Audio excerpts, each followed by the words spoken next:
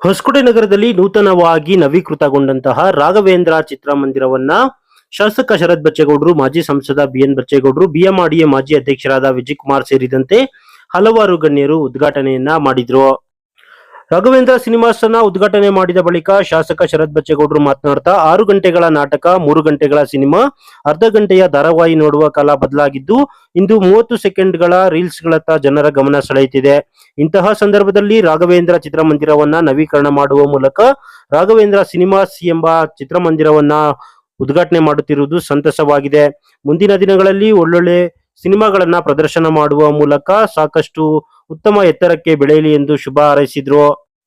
ಅಷ್ಟೇ ಅಲ್ಲದೆ ರಾಜಕೀಯ ಜೀವನದಲ್ಲಿ ಕಷ್ಟ ಸುಖಗಳು, ಸೋಲು ಗೆಲುವನ್ನ ಎದುರಿಸುವಂತೆ ಚಿತ್ರರಂಗದಲ್ಲೂ ಕೂಡ ಲಾಭ ನಷ್ಟ ಸಹಜ. ಆದರೆ ಯಾವುದೇ ವೃತ್ತಿಯಲ್ಲಾದ್ರೂ ಸವಾಲುಗಳನ್ನ ಎದುರಿಸಿ ಯಶಸ್ಸನ್ನ ಸಾಧಿಸುವ ಛಲ ಇರಬೇಕು. ಈ ನಿಟ್ಟಿನಲ್ಲಿ ಹೊಸಕೋಟೆ ನಗರದ ಮುನಿಯಪ್ಪ ಹಾಗೂ ಮರಿಯಪ್ಪನವರ ಕುಟುಂಬ ಮುಂದಾಗಿರುವುದು ಶ್ಲಾಘನೀಯ ಎಂದು ಶುಭವನ್ನ ಹಾರೈಸಿದ್ರು. ಈಗಾಗಲೇ ತಂದೆಯವರು ಮಾತಾಡ್ತಾ ಇರಬೇಕಾದಂತ ಸಂದರ್ಭದಲ್ಲಿ ಹೇಳಿದ್ರು, ಇವತ್ತಿನ ಕಾಲ ಯಾವ ತರ ಆಗಿದೆ ಅಂತಂದ್ರೆ 6 ಗಂಟೆಯ ನಾಟಕ, 3 ಗಂಟೆಯ ಚಿತ್ರ, 30 ನಿಮಿಷದ ಧಾರಾವಾಹಿ ಇವೆಲ್ಲ ಹೋಗಿ 30 ಸೆಕೆಂಡಿನ ಇನ್ಸ್ಟಾಗ್ರಾಮ್ ರೀಲಿನ ಕಾಲಕ್ಕೆ ನಾವು ಬಂದಿದೀವಿ. ಜನಕ್ಕೆ ಗಮನ ಯಾವ ತರ ಆಗಿದೆ ಅಂತಂದ್ರೆ 6 ಗಂಟೆ ನಾಟಕ ಯಾರು ನೋಡ್ತಾ ಇಲ್ಲ, 3 ಗಂಟೆ ಪಿಕ್ಚರ್ ಯಾರು ನೋಡ್ತಾ ಇಲ್ಲ, ಅರ್ಧ ಗಂಟೆ ಧಾರಾವಾಹಿಗಳು ಕೂಡ ಇವತ್ತು ಮುಗಿದೋಗಿ 30 ಸೆಕೆಂಡ್ ರೀಲ್ಗಳು ಬಂದಂತ ಕಾಲದಲ್ಲಿ ಇವತ್ತು ನಮ್ಮ ವಿಜಯಣ್ಣವರು ಮಲ್ಟಿಪ್ಲೆಕ್ಸ್ಗಳು ಮಾಡಂತ ಒಂದು ಸಮಯದಲ್ಲಿ ಸುಮಾರು 650 ಸೀಟ್ಗಳ ಸಾಮರ್ಥ್ಯದ ಒಂದು ಥಿಯೇಟರ್ನ ಸ್ಕ್ರೀನ್ ನ ಇಲ್ಲಿ ಮಾಡಿದಾರೆ ಅಂತಂದ್ರೆ ನಿಜವಾಗ್ಲೂ ಕೂಡ ಅವ್ರ ಧೈರ್ಯನ ನಾವು ಮೆಚ್ಚಬೇಕು ಅಂತ ಈ ಸಂದರ್ಭದಲ್ಲಿ ನಾನು ಹೇಳ್ತೀನಿ. ಧೈರ್ಯನ ಮೆಚ್ಚಬೇಕು ಅಂತ ಯಾಕೆ ಹೇಳ್ತೀನಿ ಅಂತಂದ್ರೆ, ಈ ಥಿಯೇಟರ್ನ ಸ್ಥಾಪನೆ ಮಾಡಿದ್ದು 1982ನೇ ಇಸ್ವಿಯಲ್ಲಿ. 44 ವರ್ಷ ಅಂದ್ರೆ ಸುಮಾರು 40 ವಯಸ್ಸೇ ಈ ಥಿಯೇಟರ್ಗೂ ಕೂಡ. ಆದ್ರಿಂದ ಇವತ್ತು ಈ ಸ್ಥಾಪನೆ ಮಾಡಿದಂತ ಸಂದರ್ಭದಲ್ಲಿ ತಂದೆಯವರು ಮಾತಾಡ್ತಾ ಇರ್ಬೇಕಾದಾಗ ಹೇಳಿದ್ರು, ಸನ್ಮಾನ್ಯ ಚನ್ನಬೈರೇಗೌಡರು ಈ ತಾಲೂಕಿನ ಸೇವೆ ಮಾಡ್ಕೊಂಡು ಬಂದು, ಸನ್ಮಾನ್ಯ ಬಿಎನ್ ಬಚ್ಚೇಗೌಡರು ಕೂಡ ಸುದೀರ್ಘವಾಗಿ ಈ ತಾಲೂಕಿನ ಸೇವೆ ಮಾಡ್ಕೊಂಡು ಬಂದು ಇವತ್ತು ನನಗೂ ಕೂಡ ತಾವೆಲ್ಲರೂ ಕೂಡ ಸೇರಿ ಈ ತಾಲೂಕಿನ ಸೇವೆ ಮಾಡ್ಕೊಡಕ್ಕೆ ಅವಕಾಶ ಮಾಡಿಕೊಟ್ಟಿದ್ದೀರ.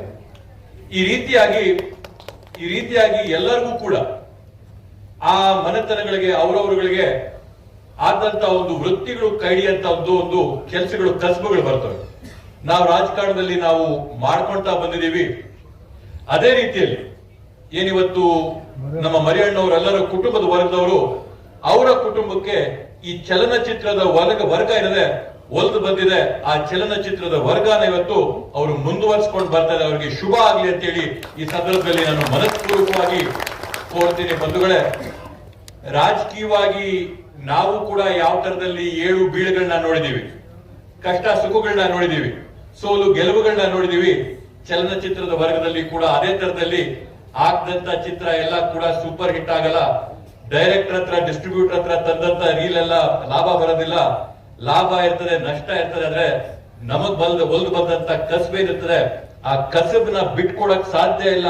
ಆ ಕಸಬಲ್ಲೇ ಇರ್ಬೇಕು, ಆ ಕಸಬಲ್ಲೇ ಜಯ ಪಡ್ಕೋಬೇಕು ಅಂತ ಹೇಳಿ ಆ ಒಂದು ನಿಟ್ಟಿನಲ್ಲಿ ಇದನ್ನ ಪ್ರಾರಂಭ ಮಾಡಿ ನೆನ್ಸ್ಕೊ ಬರ್ತಾ ಇರ್ತಕ್ಕಂತ ಕುಟುಂಬದವ್ರಿಗೆ ನಾನು ಅವ್ರಿಗೆ ಸಂಪೂರ್ಣವಾಗಿ ನನ್ನ ಬೆಂಬಲನ ವ್ಯಕ್ತಪಡಿಸ್ತಾ, ವಿಜಯಣ್ಣವ್ರಿಗೂ ಕೂಡ ಗೊತ್ತಿರ್ಬೋದು, ಈ ಜಾಗನ ಮಾಡಿಕೊಟ್ಟು ಪ್ರಾರಂಭ ಮಾಡುವ ಪ್ರತಿಯೊಂದು ಹಂತದಲ್ಲಿ ಕೂಡ ಯಾವ್ಯಾವ ತರದಲ್ಲಿ ಅವ್ರ ಜೊತೆ ನಿಂತು ನಾವಿದನ್ನ ಮಾಡ್ಕೊಳಕ್ಕೆ, ಕಾರ್ಯಗತಕ್ಕೆ ತರಕ್ಕೆ ಯಾವ ತರ ನಿಂತ್ರೋ, ಕೋಟೆ ಯಾವ ತರ ನಮ್ಗೊಂದ್ರು ಹೊಸಕೋಟೆ ನಗರದ ರಾಜಕಾರಣಕ್ಕೆ ಒಂದು ಭದ್ರವಾದಂತ ಬುನಾದಿಯಾಗಿ ಕೋಟೆ ನಿಂತಿತ್ತೋ, ಅವ್ರು ನಮ್ಗೆ ಯಾವ ತರದಲ್ಲಿ ಒಂದು ಅಡಿಪಾಯವಾಗಿದ್ರೋ ಆ ರೀತಿಯಾಗಿ ನಾವು ಕೂಡ ಅವರ ಬೆನ್ನೆಲುಬಾಗಿ ನಿಂತು ಈ ಒಂದು ಚಿತ್ರಮಂದಿರ ಸ್ಥಾಪನೆಗೆ ಯಾವ್ಯಾವ ರೀತಿಯಾದಂತ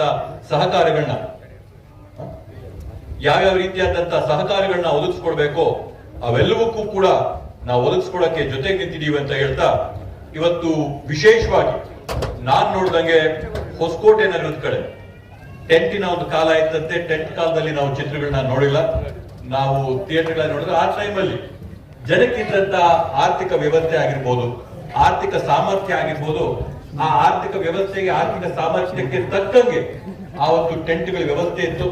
ಟೆಂಟ್ ಇದ್ದಾಗ ಟಿವಿ ಇರ್ಲಿಲ್ಲ, ಮೊಬೈಲ್ ಇರ್ಲಿಲ್ಲ, ಕಂಪ್ಯೂಟರ್ ಇರ್ಲಿಲ್ಲ, ಇಂಟರ್ನೆಟ್ ಇರ್ಲಿಲ್ಲ. ಇವಾಗ ಕಂಪ್ಯೂಟರ್, ಟೆಂಟ್ರು ಎಲ್ಲ ಅದಕ್ಕೆ ಜನ ಕೈಯಲ್ಲೇನೆ ಇಟ್ಕೊಂಡ್ಬಿಟ್ಟಿರ್ತಾರೆ. ಆದ್ರಿಂದ ಇವತ್ತು ನಾನ್ ನೋಡ್ದಾಗೆ ಇವತ್ತು ನಾನು ಯಾವಾಗ್ಲೂ ಅನ್ಕೋತೀನಿ, ನಮ್ಮಲ್ಲಿ ಇವತ್ತು ಆರ್ಥಿಕ ವ್ಯವಸ್ಥೆ ಬೆಳೀತಾ ಇದ್ದಾಗೇನೆ ಜನಕ್ಕೆ ಬೇರೆ ಬೇರೆ ರೀತಿಯಾದಂತಹ ಮನೋರಂಜನೆಗಳನ್ನ ಜನ ನೋಡ್ತಾ ಇದ್ದಾರೆ. ವಿಶೇಷವಾಗಿ ನಾನು ಯಾವಾಗ ಹೇಳ್ತೀನಿ, IPL ನಾನು ನೋಡಿದಂತ ಸಂದರ್ಭದಲ್ಲೆಲ್ಲ ಕೂಡ ಗಂಡಶ್ರೇಷ್ಠ IPL ನೋಡ್ತಾರೋ ಸರಿಸಮಾನವಾಗಿ ಹೆಣ್ಮಕ್ಳು ಕೂಡ ಬಂದು IPL ನ ನೋಡ್ತಾರೆ. ಅಂದ್ರೆ IPL ವೀಕ್ಷಣೆ ಮಾಡಂತ ಸಂದರ್ಭದಲ್ಲಿ ನಾನು ಹೆಣ್ಮಕ್ಳು ಕ್ರಿಕೆಟ್ ಅಲ್ಲಿ ಸ್ಟ್ರೋಕ್ ಬ್ಯಾಟ್ ಹೆಂಗ್ ಇಟ್ಕೊಂಡಿದ್ದಾರೆ, ಬಾಲ್ ಔಟ್ ಸ್ವಿಂಗ್ ಆಯ್ತಾ, ಇನ್ ಸ್ವಿಂಗ್ ಆಯ್ತಾ, ಫಾರ್ವರ್ಡ್ ಡಿಫೆನ್ಸ್ ಬ್ಯಾಕ್ವರ್ಡ್ ಡಿಫೆನ್ಸ್ ನೋಡಲ್ಲ ಅಂತ ನಾನು ಹೇಳ್ತಾ ಇಲ್ಲ. ಆದ್ರೆ ಬಹುಶಃ ಅದರಲ್ಲಿ ಸ್ಟ್ರೋಕ್ ಟೆಕ್ನಿಕ್ ನ ನೋಡಕ್ಕೆ ಎಷ್ಟು ಜನ ಬರ್ತಾರೋ ಅಷ್ಟೇ ಜನ ಮನೋರಂಜನೆ ಪಡ್ಕೊಳ್ಳೋಕ್ಕೂ ಕೂಡ ಬರ್ತಾರೆ. ಇವತ್ತು ಆರ್ಥಿಕತೆ ಬೆಳೀತಾ ಇದ್ದಂಗೆನೆ, ಜನಕ್ಕೆ ಖರ್ಚು ಮಾಡಂತ ಸಾಮರ್ಥ್ಯ ಸಿಗ್ತಾ ಇದ್ದಂಗೆನೆ ಮನೋರಂಜನೆಗೆ ಜನ ಬಯಸ್ತಾರೆ.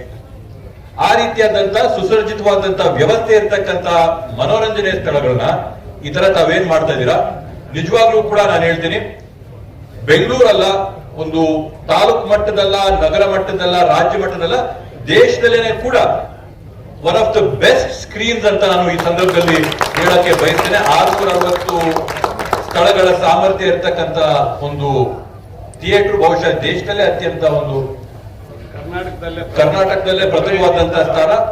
ಇವತ್ತು ಅವ್ರು ಹೇಳ್ತಾ ಇದ್ದಂಗೆ ಸೌಂಡ್ ಸಿಸ್ಟಮ್ ನ ಅಮೆರಿಕ ದೇಶದ ಬೋಸ್ ಇಂದ ತರಿಸಿ, ಪ್ರೊಜೆಕ್ಟರ್ ಸಿಸ್ಟಮ್ ನ ಯುಕ್ರೇನ್ ದೇಶದಿಂದ ತರಿಸಿ, ಈ ಸೀಟ್ಗಳನ್ನೆಲ್ಲಾನು ಕೂಡ ಯಾವ್ದಾದ್ರು ಮಲ್ಟಿಪ್ಲೆಕ್ಸ್ ಗಳಲ್ಲಿ ಮಲ್ಟಿ ಸ್ಕ್ರೀನ್ ಇರ್ತಕ್ಕಂಥ ಸ್ಕ್ರೀನ್ಗಳನ್ನ ತಂದು ಹಾಕ್ಸಿದ್ದಾರೆ. ಒಳ್ಳೆ ಮನೋರಂಜನಾ ಸ್ಥಳನ ಇವತ್ತು ನಮ್ಮ ಹೊಸಕೋಟೆ ನಗರಕ್ಕೆ ಇವರು ಕೊಟ್ಟಿದ್ದಾರೆ. ಇವತ್ತು ಈಗಾಗ್ಲೇನೆ ಯಾವ ರೀತಿಯಾದಂತ ಬದಲಾವಣೆಗಳು ನಗರದಲ್ಲಿ ಆಗ್ತಾ ಇದೆ ಅಂತ ನಾವು ನೋಡ್ತಾ ಇದೀವಿ. ಹೊಲ ಕೈತೋಟ ಬದಲಾಗಿ ಅಪಾರ್ಟ್ಮೆಂಟ್ಗಳು ಲೇಔಟ್ಗಳಾಗಿ ಪರಿವರ್ತನೆ ಆಗ್ತಾ ಇವೆ. ವಲಸೆಯಿಂದ ದಿನೇ ದಿನೇ ಜನ ಬಂದು ಸೇರ್ಕೋತಾ ಇದ್ದಾರೆ. IT BT ವಲಯದಲ್ಲಿ ಉದ್ಯೋಗ ಮಾಡಂತವ್ರು ಇವತ್ತು ಇಲ್ಲಿ ಬಂದು ಸೇರ್ಕೋತಾ ಇದ್ದಾರೆ. ಅವರೆಲ್ಲರಿಗೂ ಕೂಡ ಮನೋರಂಜನಾ ಸ್ಥಳವಾಗಿ ಇದು ಪರಿವರ್ತನೆ ಆಗ್ಲಿ, ಒಳ್ಳೊಳ್ಳೆ ಪಿಕ್ಚರ್ಗಳಾಗ್ಲಿ, ಒಳ್ಳೊಳ್ಳೆ ಸ್ಕ್ರೀನ್ಗಳಾಗ್ಲಿ, ಒಳ್ಳೆ ಲಾಭ ಆಗ್ಲಿ ಅಂತ ಹೇಳ್ತಾ, ಕಡೆಯಲ್ಲಿ ಯಾವುದೇ ಆಗ್ಲಿ ನಮ್ಗೆ ಒಲ್ದು ಬಂದಂತ ವೃತ್ತಿ ಇರ್ತದೆ, ನಮಗ್ ಒಲ್ದು ಬಂದಂತ ಉದ್ಯೋಗಗಳಿರ್ತವೆ.